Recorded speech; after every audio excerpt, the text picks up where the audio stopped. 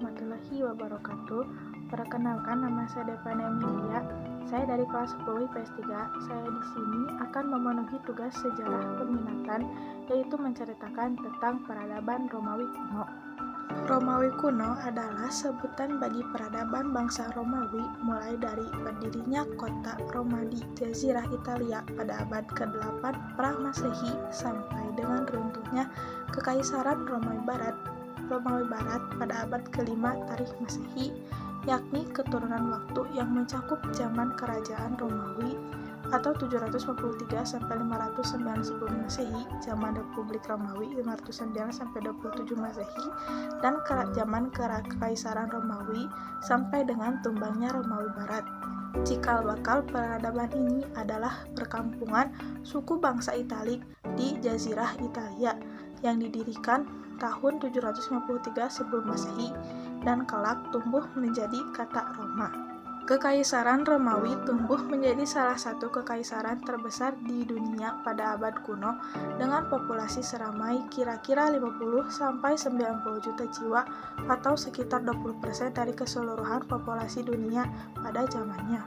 Secara geografis, Romawi berada di semenanjung Apennina atau Italia, jazirah yang menjorok ke Laut Tengah.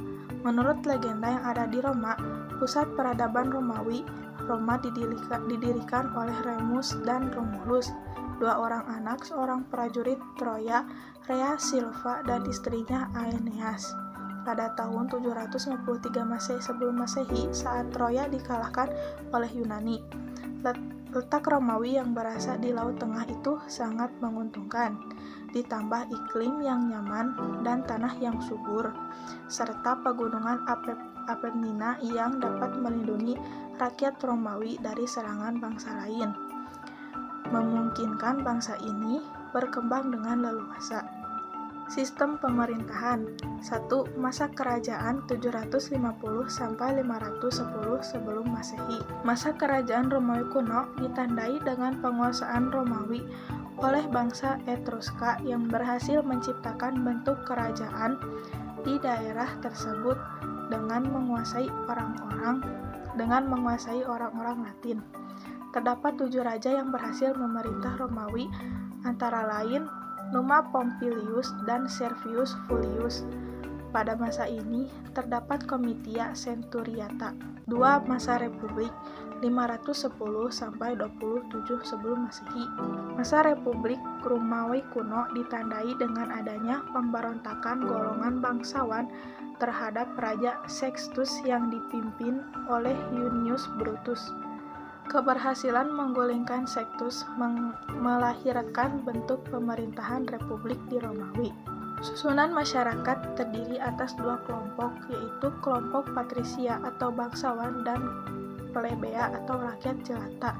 Pada masa ini terdapat beberapa kelengkapan pemerintahan, antara lain konsul atau kepala pemerintahan, senat atau penasihat konsul, komitia Curiata atau dewan rakyat, pontifex maximus kepala agama, dan tribun plebea dewan kaum plebea. Sistem hukum bangsa Romawi merupakan bangsa pertama di dunia yang mengenalkan keberhasilan penegakan hukum. Seorang ahli hukum yang sekaligus Kaisar Romawi kuno adalah Theodosius.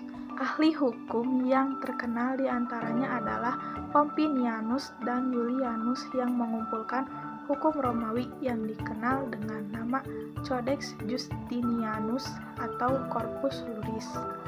Saat Roma Timur dipimpin oleh Kaisar Justinianus, disusunlah kitab hukum perdata yang disebut Corpus Juris Civilis yang memuat buku undang-undang, kumpulan pendapat para ahli hukum Romawi kuno, prinsip hukum, dan karangan yang berisi hukum. Hukum yang terkodifikasi dengan baik inilah yang banyak berpengaruh kepada dunia luar, termasuk diantaranya ke Indonesia. Sistem kepercayaan Romawi kuno bersifat politeisme, yaitu menyembah terhadap banyak dewa. Hasil-hasil seni bangunan Romawi diantaranya yaitu Kolosseum dan amfiteatur atau bangunan yang seperti stadion dan dapat menampung ribuan penonton. Cata Combe atau bangunan kuburan bawah tanah yang dijadikan tempat persembunyian orang-orang Kristen di Romawi pada saat mengalami penganiayaan dari Kaisar Nero, dan masih banyak yang lainnya. Sekian dari saya, mohon maaf bila banyak kekurangan dan kesalahannya. Sekian, terima kasih. Wassalamualaikum warahmatullahi wabarakatuh.